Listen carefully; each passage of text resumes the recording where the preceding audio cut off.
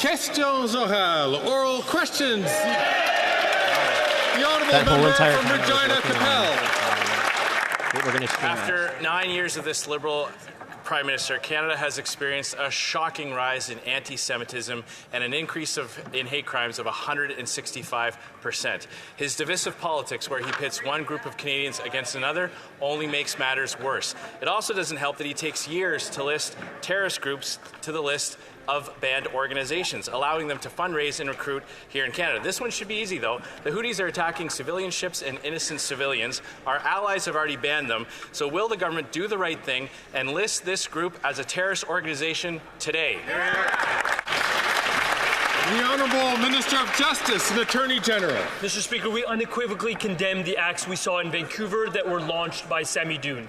Acts like burning the flag, chanting death to Canada, acts like denying the events of October 7th and celebrating terrorism are unacceptable in this country. With respect to Sami Doon, we heard the Minister of Public Safety reference this yesterday. We've asked for an expedited review because decisions of this importance are always made on the advice of national security agencies.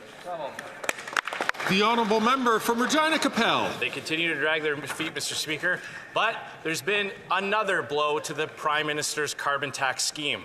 A new report from the Parliamentary Budget Officer shows yet again that Canadians are worse off under this tax. Here's what the total bill will be when the NDP Liberals finish quadrupling this tax. It'll cost people in Ontario $1,400, $1,500 in Newfoundland, and a whopping $2,000 in Saskatchewan. Canadians are already struggling with higher costs, higher groceries, and higher mortgage rates. The last thing they need is another bill from a useless carbon tax. If the government's so sure that Canadians support the tax, why not let the people decide in a carbon tax election? The Honourable Minister of the Environment and Climate Change. Mr. Speaker, let me read you the first paragraph of the PBO's report. And I quote, considering only the fiscal impact of federal fuel charge, PBO estimates that average household in each of the backstop provinces in 2030-31 will see a net gain, receiving more from the Canada Carbon Rebate than the total fuel charge and related GST, Mr. Speaker. The Leader of the Opposition should apologize to Canadians for misleading them all these months. Yeah, right, buddy. You can stuff your rebate. Colleagues on all sides, please, I'm going to ask you to not take the floor unless the Speaker recognizes If we got more money back, why would we just keep polluting? If it's a profitable thing. To read the rest of the report. It makes no sense. In the quote he cited, he focused on a very key word. Only the direct costs. When you factor in all the economic costs, it costs the Canadian household $1,400. Canadians are net losers under this carbon tax scheme, and this minister knows it. Right. So, if he's so sure that Canadians want this government to keep quadrupling the tax, why not let the people decide in a carbon tax election?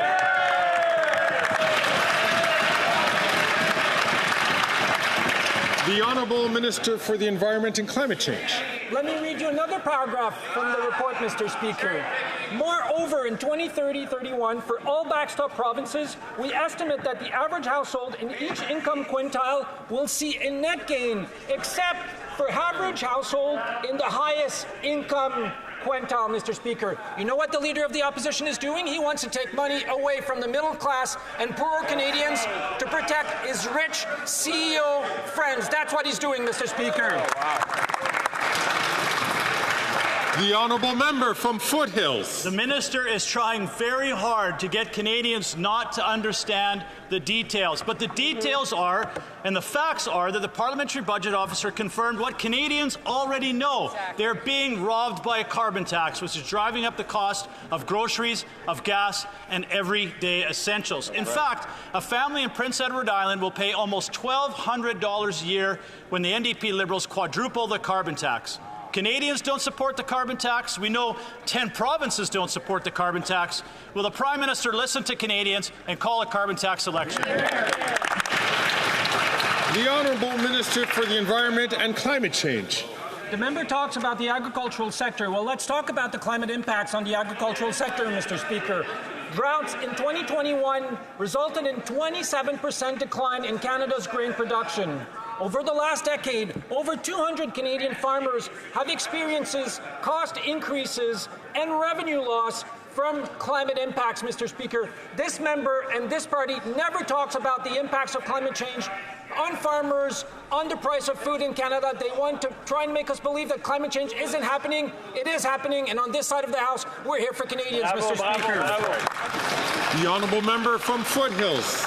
The minister is either living in denial or purposely misleading Canadians, because the Parliamentary Budget Officer's report is clear.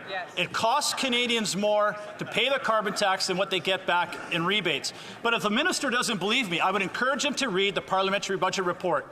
But in the essence of time, let me help out. Page 19 states Canadians are worse off paying the carbon tax, period.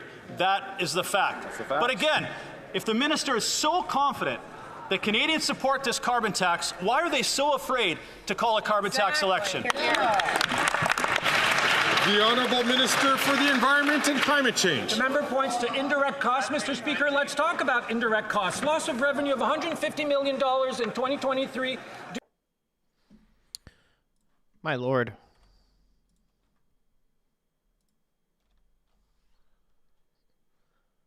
It's okay. We're just missing Gilbo speak for a second. Oh, my lord. Mr. Speaker. Their stream is awful today. They're having tech issues across all their committees. Order. Somebody needs to buy the government a new computer.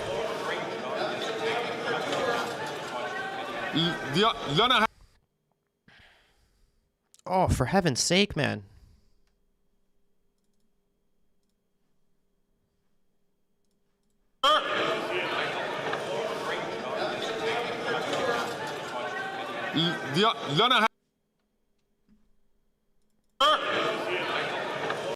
On the price of food in Canada, they want to try and make us believe that climate change isn't happening. It is happening, and on this side of the House, we're here for Canadians, Mr. Speaker. The honourable member from Foothills. The minister is either living in denial or purposely misleading Canadians, because the Parliamentary Budget Officer's report is clear. It costs Canadians more to pay the carbon tax than what they get back in rebates. But if the minister doesn't believe me, I would encourage him to read the Parliamentary Budget report. But in the essence of time, let me help out. Page 19 states Canadians are worse off paying the carbon tax, period. That is the fact. But again, if the minister is so confident that Canadians support this carbon tax, why are they so afraid to call a carbon tax election? The Honourable Minister for the Environment and Climate Change. The member points to indirect costs, Mr. Speaker. Let's talk about indirect costs. Loss of revenue of $150 million in 2023.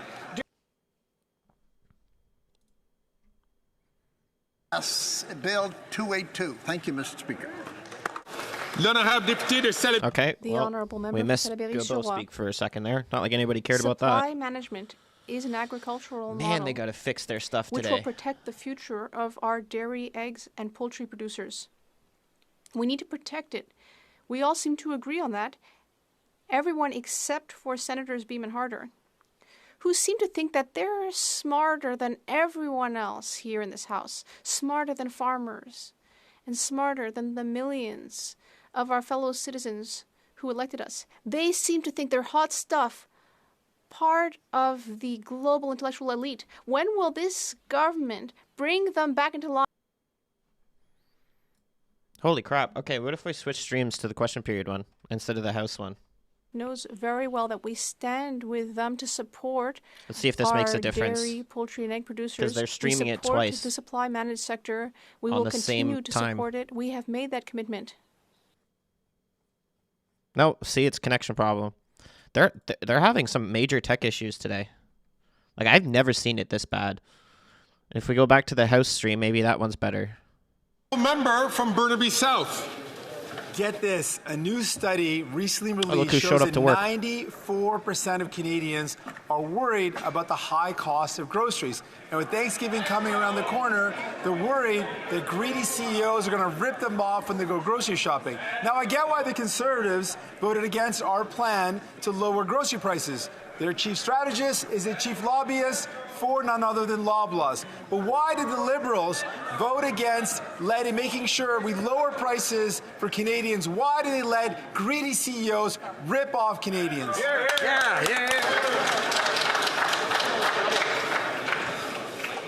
Once again, I'm just going to ask members, please, to keep their voices down so that the chair can hear the honourable member, and those who require translation also be able to hear the interpretation. The honourable Minister for Innovation. Thank you very much, Mr. Speaker. And I thought the leader of the NDP would stand up and say thank you. Thank you to the Liberal government, Mr. Translation also be able to hear the interpretation. I didn't even touch anything there. My hands the honourable Minister for Innovation. Thank you very much, Mr. Speaker. And I thought the leader of the NDP would stand up and say thank you. Thank you to the Liberal... Hey, sorry, Steve Morrison just said that Microsoft systems are down. House of Commons uses it. We are on Microsoft systems at work. We've been glitchy all day. Okay, so it's a Microsoft issue. Contribution, Mr. Speaker. Today we'll have less concentration, we'll have more choice, and we will stabilize price in Canada. But more than that, Mr. Speaker, you should rejoice that now in Canada we have a grocery code of conduct, Mr. Speaker. Yeah, this is bad, man. This is bad. How much are we paying Microsoft to run their to run our servers? We should get a refund for today.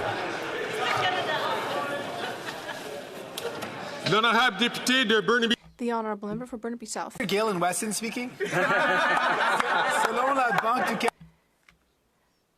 According to the Bank of Canada, people are increasingly having to use their credit card to pay for rent and groceries.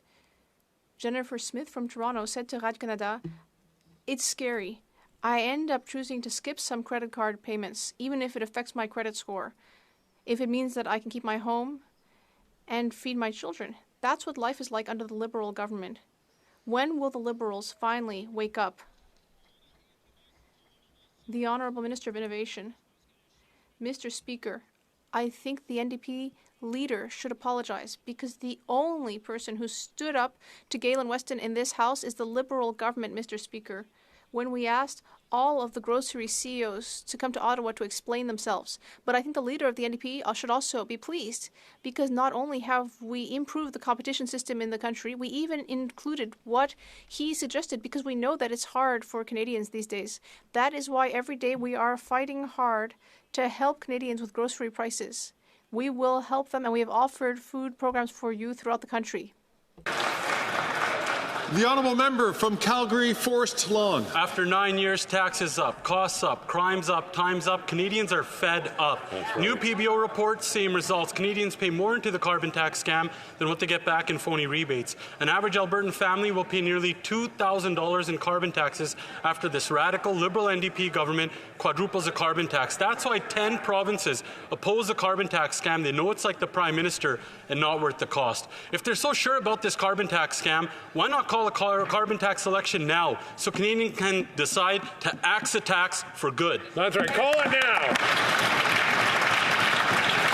The Honourable Minister for the Environment and Climate Change. Thank you, Mr. Speaker. I think everyone in this House and Canadians watching should take everything this finance critic says about the economy with a big grain of salt, Mr. Speaker. It is this finance critics that told us that if we paused our federal taxes, people in this province could save $1,000 without telling them that they'd have to drive from the North Pole to the South Pole, Mr. Speaker, to benefit from those wonderful savings. So I think we should all be very, very careful with what he says about the economy in this House, Mr. Speaker. Yes.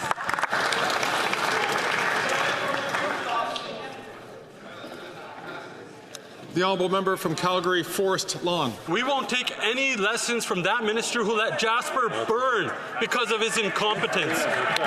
I'll send him over a copy of that PBO's report with some diagrams and some pictures so maybe he can understand, and flip over to page 19, table 3, that clearly shows a majority of Canadians pay more into this scam than what they get back in these phony rebates. That's right. 2 million Canadians are going into a food bank in a single month. 1 in 4 Canadians are skipping meals because of their carbon tax scam. If they're so sure about this carbon tax scam, let's go to a carbon tax election now so Canadians can kick this costly carbon tax coalition to the curb for good. That's it. Call it. The Honourable Minister for Families, Children and Social Development. Mr. Speaker, we all suffer when we see that there are folks in our community that are struggling. And there is more work to be done, which is exactly why on this side of the House we continue to fight for Canadians, to fight for high-quality childcare, to fight for the Canada Child Benefit, to fight for the environment and the carbon rebate, Mr. Speaker. But let's not kid ourselves. We know that these programs that Canadians rely on would be in danger if the Conservatives had their way. The honourable member from Lambton Kent Middlesex. Today, the Parliamentary Budget Officer confirmed again that the carbon tax costs Canadians more than they get back in rebates. And when the NDP Liberals quadruple the carbon tax, families in Ontario will be paying more than $1,400 a year in carbon taxes. This makes everything more expensive: gas, groceries, home heating. The NDP Liberal government and their carbon tax are not worth the cost. In fact, all 10 provinces are opposed to this costly coalition's carbon tax. So will the Prime Minister give Canadians what they want and call a carbon tax election? The Honourable Parliamentary Secretary to the Deputy Prime Minister and Minister of Finance. Thank you, Mr. Speaker. And if you read the Parliamentary Budget Officer's report of today, you will see that he further confirmed once again that 8 out of 10 Canadian families get more in the carbon rebate than they pay in the price on pollution. And, Mr. Speaker, it was also clear from today's report that the economic cost of pollution is not being factored in. And that cost is $34 billion per year, Mr. Speaker. And that does not include the billions of dollars that disaster mitigation costs. Every time there's a disaster in this country, it costs Canadian taxpayers. We are there in order to take climate action. Hear, hear. I invite the honourable member from Edmonton West, please, to keep his counsel until he has the floor to speak before the House. The honourable member from Lambton Kent Middlesex. Well, once again, Liberal logic is on display and their math doesn't add up. It seems the Liberals have a hard time with basic concepts like, reality or how money works. So let me make this really simple. Table 3 on page 19 of the PBO report shows what the cost of the carbon tax is. And I can send the minister a copy. The PBO says Canadians are paying more in carbon tax and GST on top of the carbon tax than they get back in rebates. And the reality is people have less money to pay for food, fuel, and home heating. Enough is enough. Will the Prime Minister call a carbon tax election?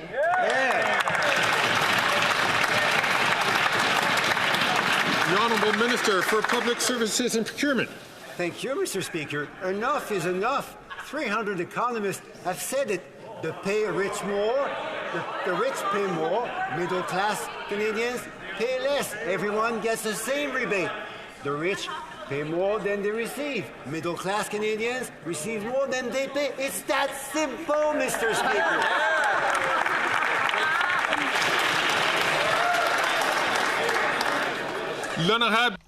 The Honourable Member for Charlesbourg-Saint-Charles. Mr. Speaker, the Prime Minister is scoffing at your authority and the authority of this House. More than $400 million in taxpayer money was handed off to Liberal buddies, and the Prime Minister is still refusing to give evidence to the RCMP. He's obstructing justice. Canadians know very well that someone with nothing to hide would be happy to cooperate with the police. So who will have the courage to rise in this House and answer why? The Honourable Government House Leader. Thank you, Mr. Speaker. What the member has said is false. This government has given thousands of dollars in documents in response to this motion, and the motion was very clear. It was clearly stated that it was an abuse of the power of this place, and because of that we should refer the matter to committee. We respect police authority here, so why don't the Conservatives? The Honourable Member. So, Mr. Speaker, if I understand correctly, the Government House Leader just said that you and we are engaged in abuse of power. But I think your ruling was quite clear, and that's why Parliament's work is blocked. The Prime Minister and his government are refusing to provide documents on this $400 million taxpayer scandal. Meanwhile, there are many difficulties in Canada. People are struggling, but this government isn't doing anything because this government doesn't want to listen to your ruling. Why? The Honourable Minister of Public Services and Procurement. Why? Mr. Speaker, because this is not a banana republic. In Canada, it is not politicians who tell the RCMP what to do. On the contrary, it's the opposite. And in this case, the RCMP has clearly stated that it does not want these documents because it might be risky to use them and it might actually sabotage their inquiry.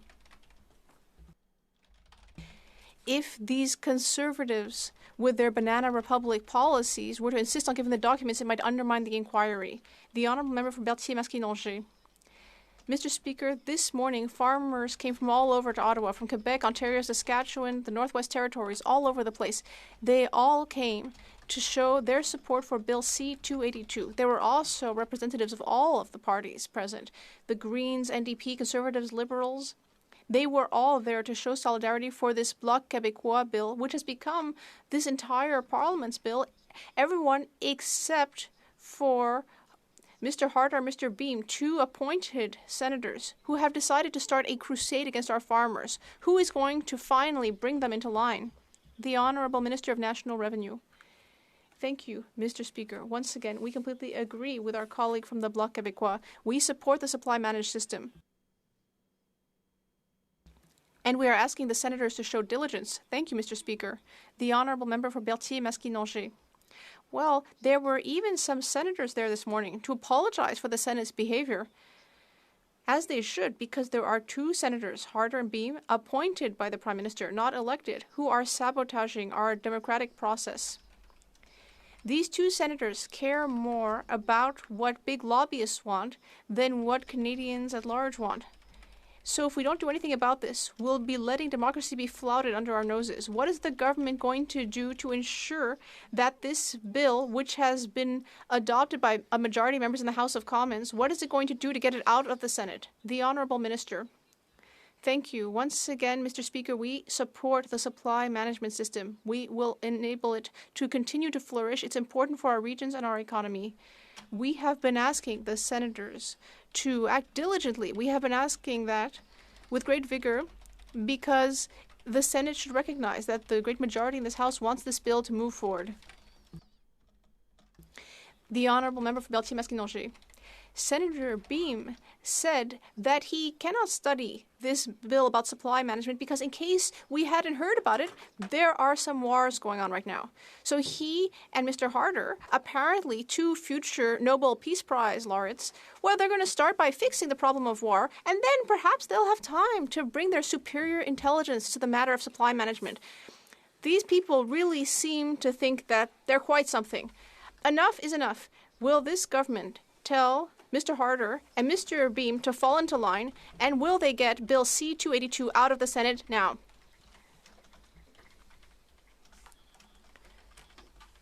The Honourable Minister of National Revenue. Thank you, Mr. Speaker. This Liberal government supports the supply management system. We have committed to make no further concessions.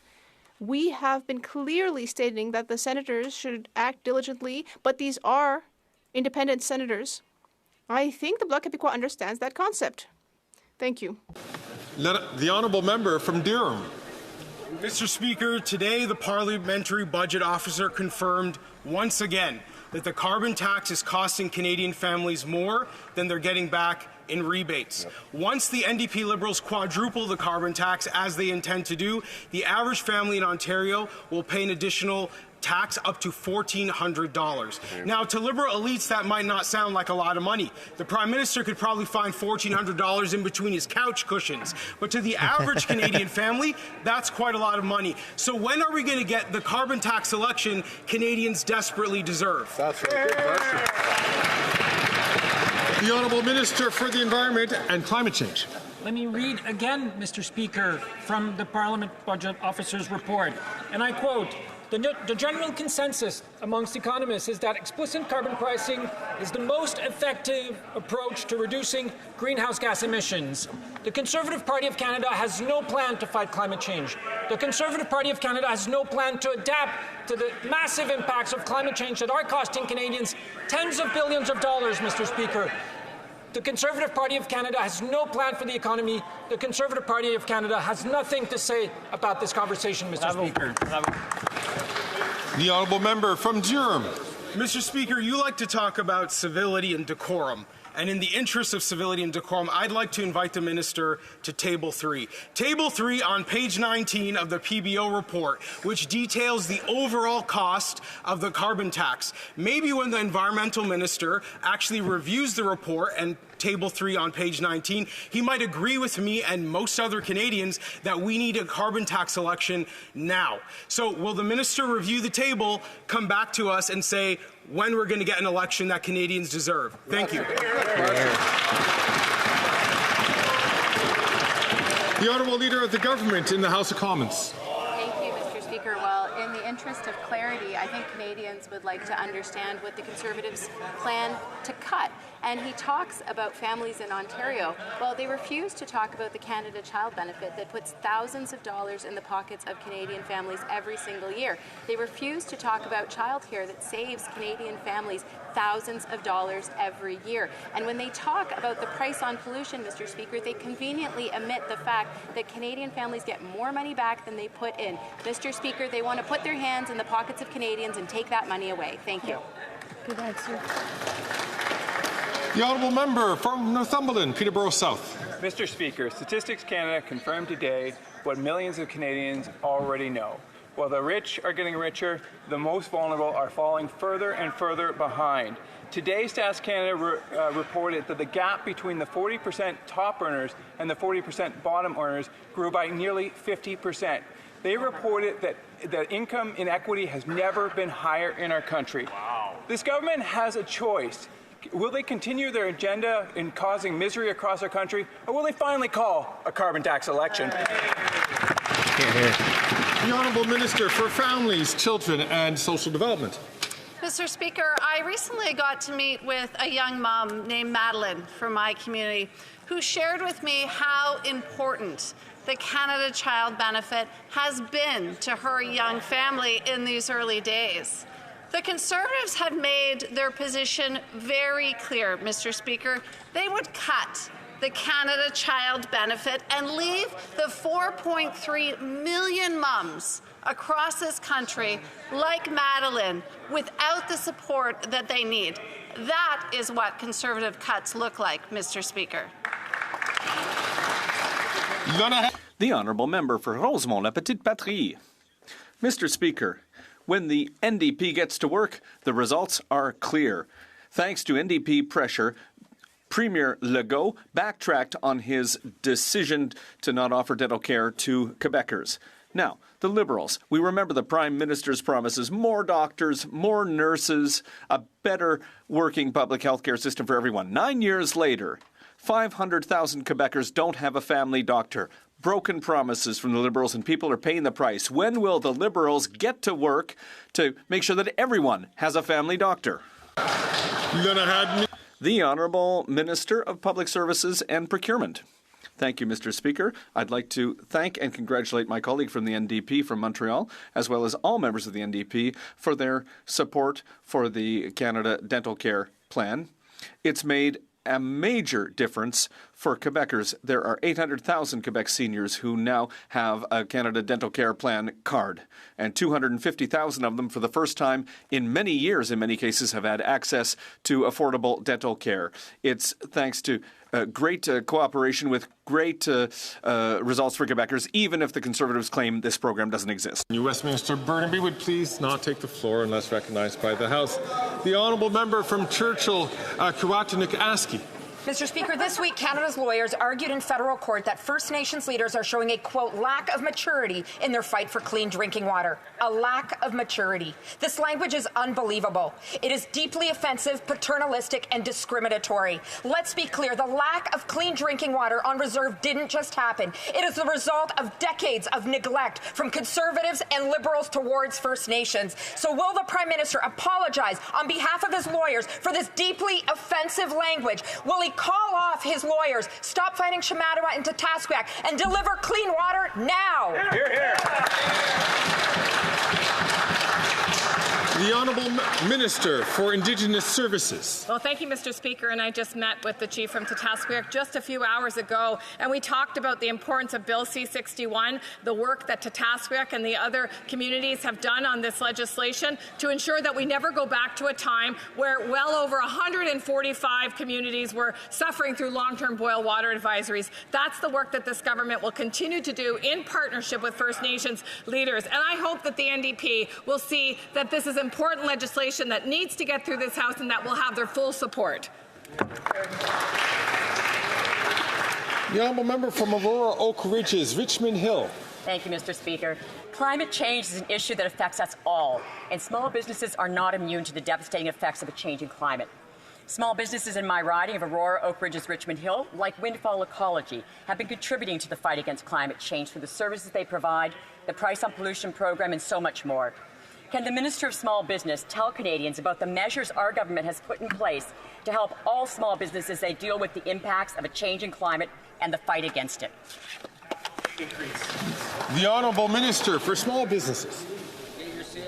Speaker, and I want to thank my honourable colleague for that question. As a former small business entrepreneur myself, I understand the importance of affordability, which is why our government is delivering $2.5 billion to close to 600,000 small and medium-sized enterprises by the end of the year through the Canada Carbon Rebate. And as I mentioned already, we've negotiated agreements with both Visa and MasterCard to reduce their interchange fees by up to 27%. This is real, tangible difference that's going to help small businesses across this country. So we're going to continue to fight climate change while supporting small businesses. And happy Small Business Month, Mr. Speaker.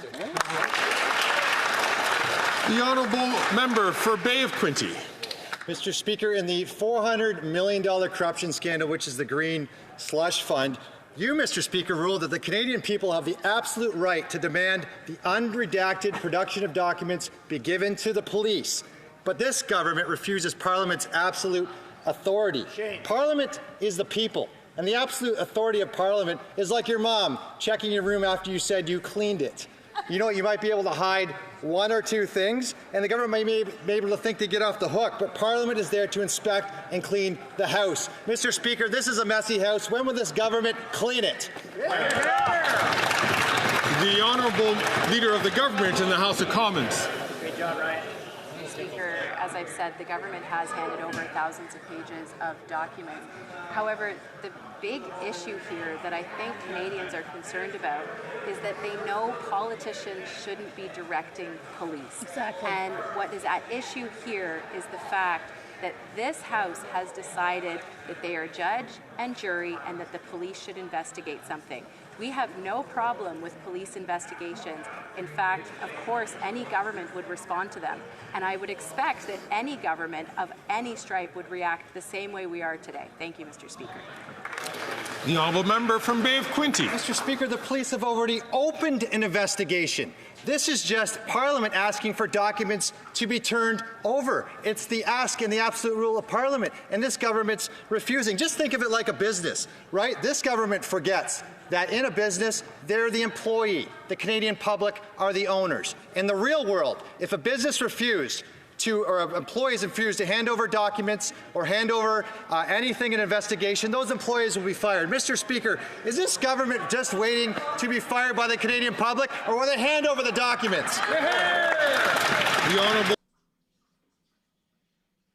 Leader of the Government in the House of Commons. Mr. Speaker, in the real world, police have to request warrants. They have to go through due process to get information.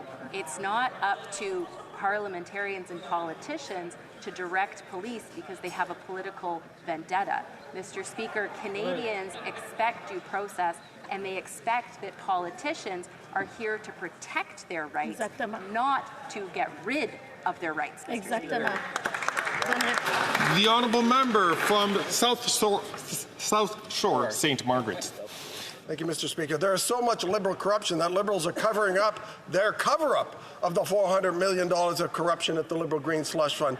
The Speaker ruled that the NDP Liberals violated the House order to turn the Green Slush Fund documents over to the RCMP criminal investigation. Obstruction of justice is the Liberals' middle name. They refused to turn over documents in the SNC scandal, in the We Charity scandal, in the Winnipeg Lab scandal, and the foreign interference scandal. Just end the corruption cover-up and turn the documents over to the RCMP. How bad is it? The Honourable Minister of Justice and Attorney General.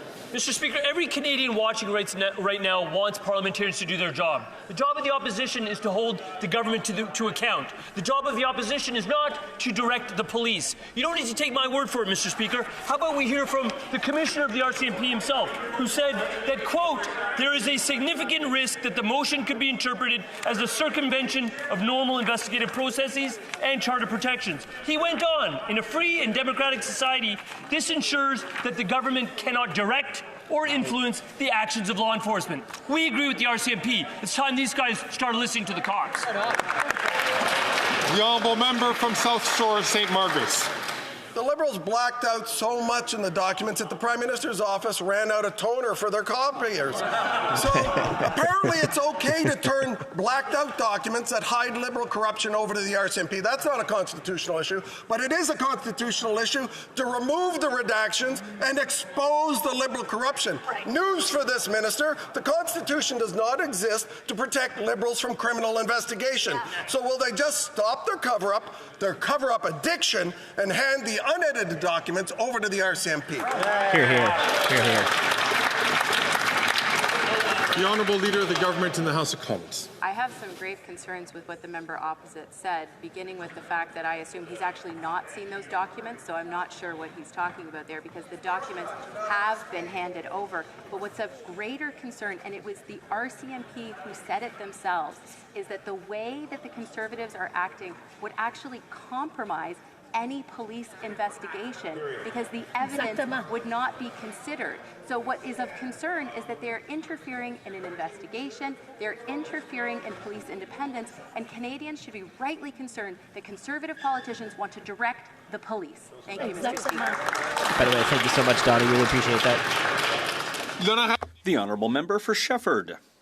Sometimes it seems like the Liberals are doing their best to be disliked. 79% of Quebecers and Canadians are calling for an increase in OAS for seniors aged 65 to 74. 79% support. You know, it's hard to be more popular than that. All seniors are asking that they stop being divided into two classes of citizens.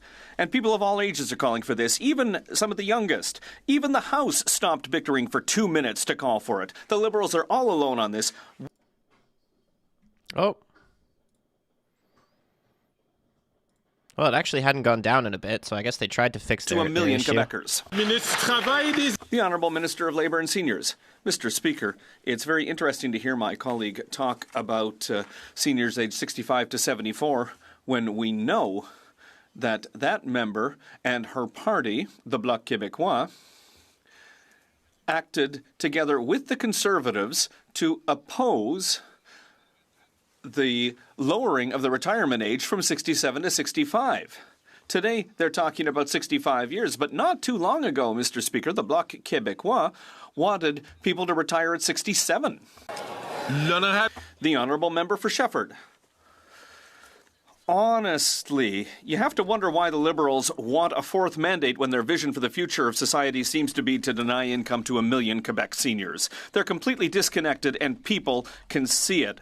And we've been very clear, the Liberals have until October 29th to pass C-319 and increase pension for seniors aged 65 to 74. Time's going quickly, especially since the Senate doesn't seem to be in any hurry these days. Why is it so important for the Liberals to go to the polls over this lack of consideration for seniors? Hear, hear. The Honourable Minister of Labour and Seniors. Mr. Speaker, we could put more credibility into the words of the Sovereignist Party across the way if they hadn't openly acted aggressively to oppose hundreds and hundreds of dollars in dental care for each and every senior who needs it, not just in Quebec, but across Canada. Including, Mr. Speaker, 14,000 seniors in her own riding. Mr. Speaker, there's no coherence here. I have the Honourable Member for Lévis-Lotbinière. Mr. Speaker, you decided that the NDP Liberal government violated an order of this House by refusing to provide evidence to the police for a criminal investigation into this $400 million Liberal scandal. Mr. Speaker, the Liberals' refusal to provide these documents is an insult to the intelligence of Canadians. Will the Liberals stop playing hide-and-seek, provide the evidence to the police so that Parliament can do its work with transparency and get back to work for all Canadians? The Honourable Minister of Innovation.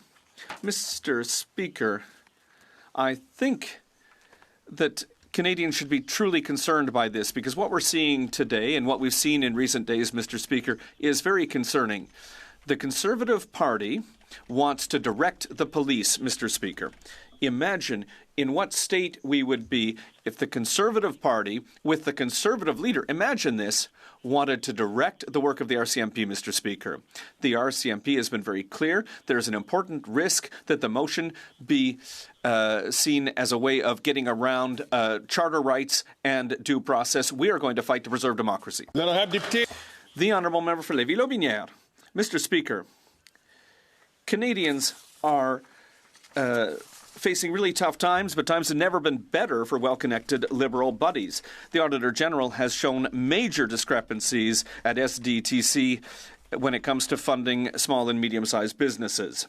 The noble goals of SDTC were tainted when its $1 billion budget was repurposed so that a certain few could line their pockets. Mr. Speaker, will the Liberals finally give Canadians the transparency that they deserve? The Honourable Minister of Innovation. Mr. Speaker, people who are watching us at home and those who are in the galleries today understand the Conservatives' games very well. The game the Conservatives are playing, Mr. Speaker, is to try to direct police in Canada. Imagine where that'll lead us, Mr. Speaker. I challenge my colleague. 87% of the businesses in clean tech in Canada got funding from SDTC, Mr. Speaker. The truth is that this is a foundation that helped small businesses across the country.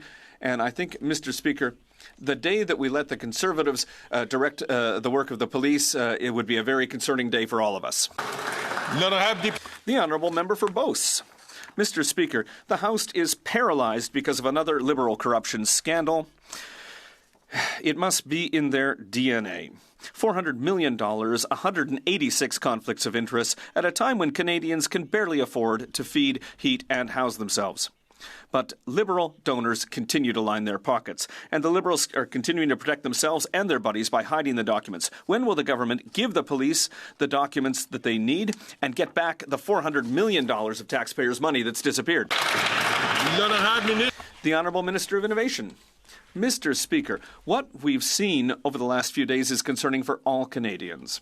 The reality of what we're seeing in the House is that the Conservatives are now trying to direct police services in this country. Mr. Speaker, in the history of Canada, what the Conservatives are trying to do is unprecedented. On this side of the House, we act responsibly. We have already provided the documents to the police, Mr. Speaker.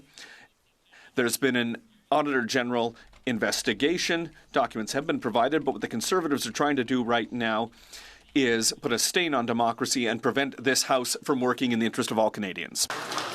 The Honourable Member from Bonavista, Burn, and thanks, Donnie.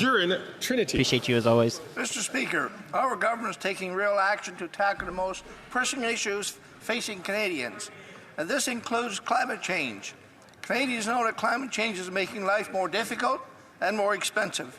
We are a government that understands that the realities of rural Canadians differ from those of Canadians living in larger urban areas. Can the Minister of Indigenous Services and FedNor please tell Canadians how our government is supporting rural and remote communities right across the country?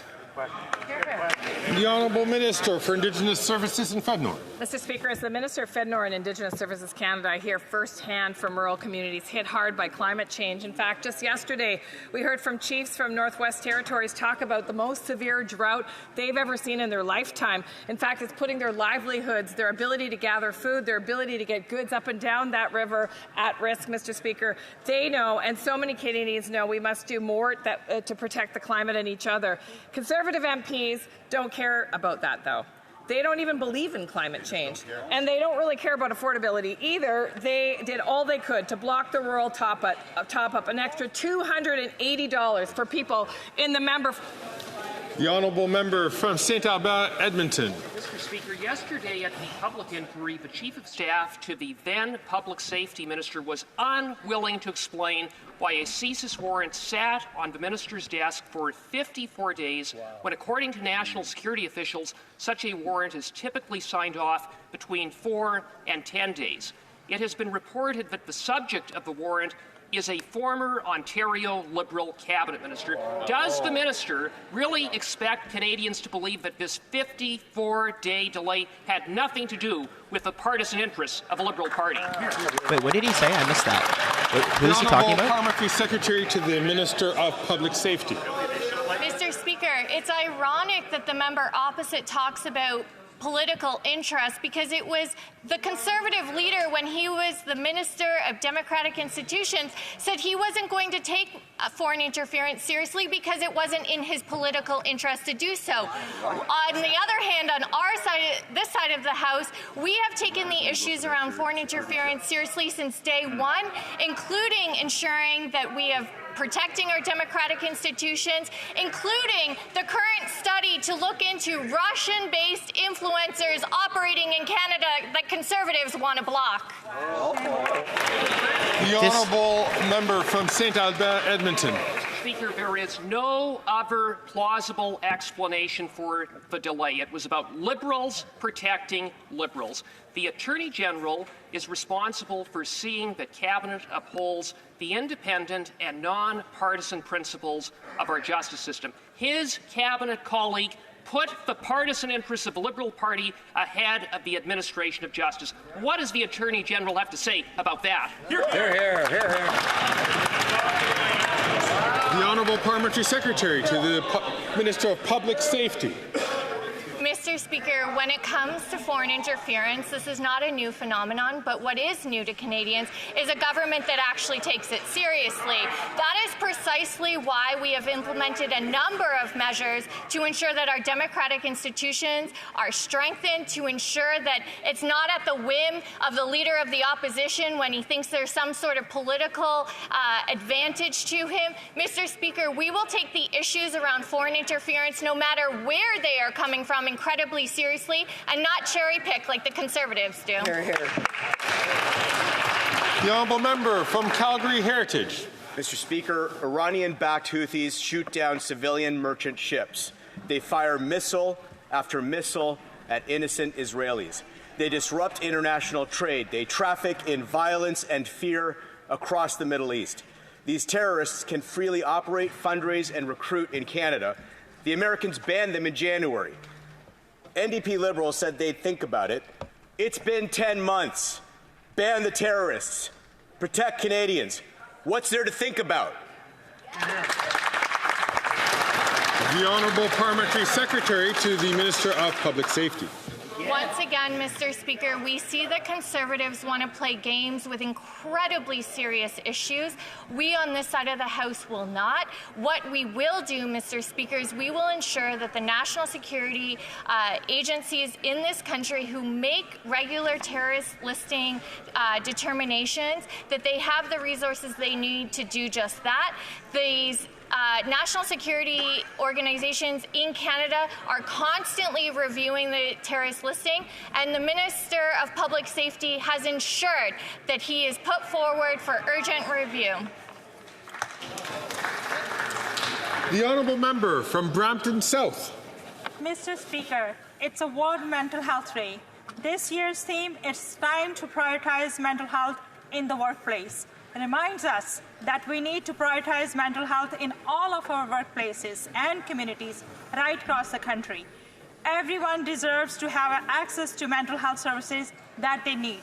Can the Minister of Mental Health and Addiction tell this House what our government is doing to extend access to mental health services across Canada?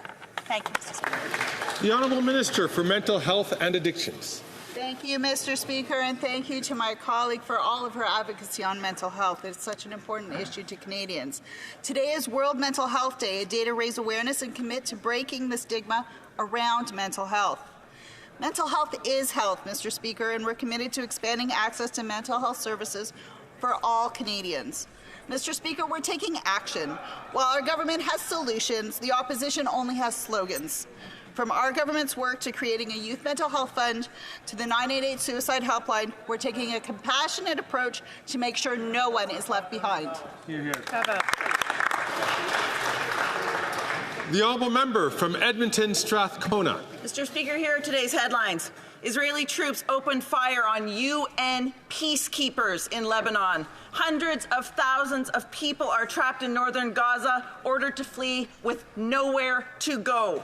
Israel is planning to shut down UNRWA, and Canada's leader of the opposition says that Israel bombing a nuclear facility would be a gift to humanity. This is crazy. This is enough. Canada needs to do everything to de-escalate, everything to build peace. We need to sanction Netanyahu, we need to have an arms embargo, and we need to recognize Palestine. Sanction Netanyahu? Are you crazy? You need to be sanctioned. The Honourable Parliamentary Secretary. Speaker, since October 7th, Canadians have been clear that they expect us to defend Israel's security and get the hostages released, ensure international rules are respected, do everything we can for civilians to be protected, and make sure that this conflict doesn't spread into a regional or international crisis. Too many innocent civilians, including children and women, have been killed in this war.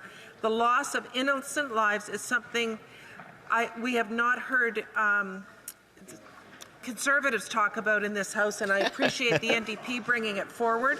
This should not be controversial, Mr. Speaker. So much crap coming out of her mouth, she can't keep track of what she gotta say. The Honourable Member from Kitchener Centre.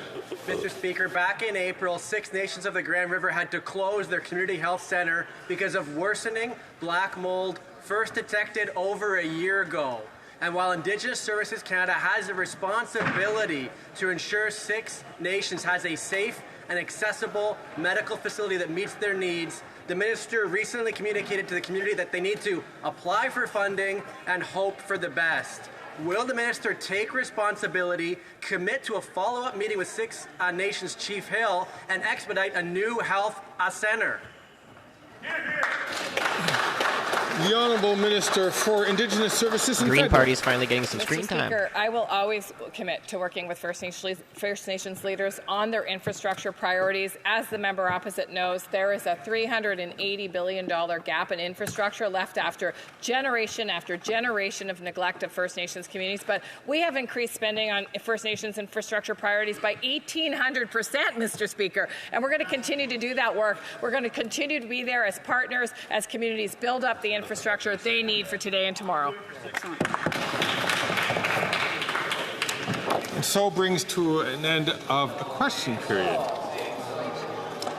I recognize the Honourable Member from Stormont Dundas, South Glengarry, who is rising to give the weekly question. Okay. I know you guys wanted to catch MP Khalid swearing in the committee this morning. So before we end this stream and move on to the other one in 17 minutes, we're going to, just in case anybody who's tuned in, there's a CTV News executive who's coming to testify in committee. In 17 minutes, we're going to go live on that link. I'll put the link in chat again, but it's all about the story on Pierre Poilievre, how they had to apologize, they misspoke, or engaged in misinformation, so they're being called to Parliament to answer why they're getting tax dollars to print biased stories. But this is Khalid this morning swearing in committee. So let's watch this. Point is, I thought Mr. Erskine Smith had more integrity than that, than to not be worried about $400 Point of order. million Like, what is this stolen absolute from bullshit? taxpayers. This is absolute bullshit. Whoa. Come on. Okay, come on, all right. Come on. My integrity? Let's, you can fuck right off. Okay. All right. Oh, sorry, All it wasn't right. Khalid. It was what's his name? Point is, I thought Mr. Erskine Smith had more. That was the what's his name? I forget his name. He's the Liberal MP that likes to go from home. Let's listen to that one more time. He said this is absolute bullshit and then F right off. What kind of parliamentary language is this? Listen to this again. Than that, than to not be worried about $400 Point of order. Like, what is this stolen absolute from bullshit? taxpayers. This is absolute All right. bullshit. Whoa. Come on. Okay, Come on. all right. Come on. My integrity? Let's. You can fuck Okay. right off. Okay. All right. Point is, I thought Mr. Erskine.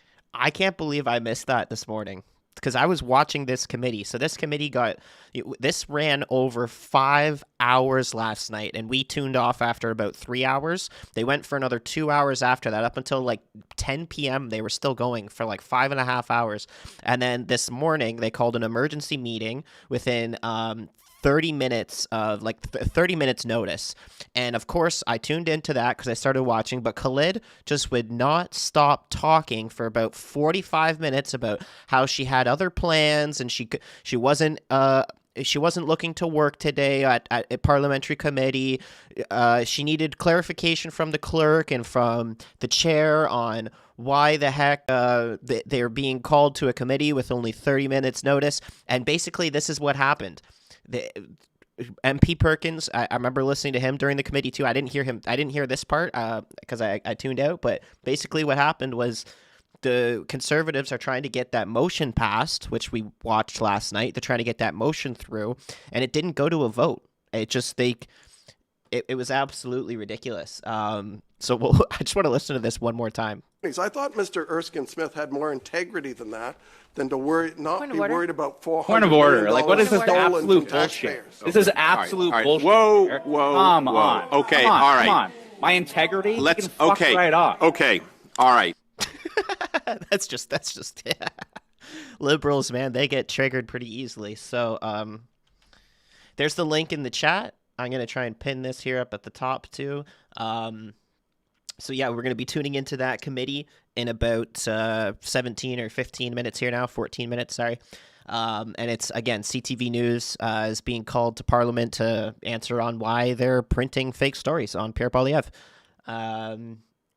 So yeah, let's tune into that. Also, if you don't catch that, if you've got stuff to do, we're going live again after that, and it's going to be Senator Don Plett.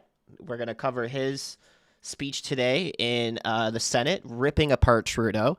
If you've ever heard of Senator Don Plett, he's a Conservative senator. He's made many speeches, hour-long speeches on Trudeau and the scandals of his family and scandals of Trudeau Liberals and things like that. So that link is there. So that's the other link. So we're doing a couple live streams. We're doing 3 live streams today. And we'll try and do a few more tomorrow. I'm not going to be live for question period tomorrow, but I am going to cover the public inquiry the public inquiry into the foreign interference in Canada and in the federal elections. MP Jolie and Medicino have testified today, and there's more testimonies tomorrow, which are going to be really good. So if you don't know MP Medicino, he was the Minister of National Security and Intelligence, I believe the minister's called. He was he's not a Liberal anymore, but Mendicino used to be, and he was in charge when basically MP Garnet Genuis was targeted, MP Chong was targeted. There was Aaron O'Toole was targeted. There was multiple Conservative MPs that were targeted on foreign interference. So he's had to testify today. Jolie's had to testify today. But yeah, we'll go ahead and head over to that other stream link. So the first one's up pinned at the top. Just go ahead and check that, and we'll see you guys there. If not, I'll catch you tomorrow. I'll post my schedule for tomorrow shortly.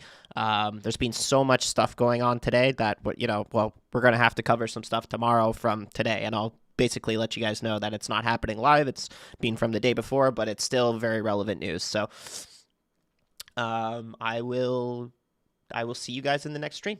Go ahead and click that link up at the top there at the chat, guys. And thanks for tuning into Question Period. Sorry I wasn't talking as much today. I've been really busy setting up the other live streams and checking to see what committees we can get into.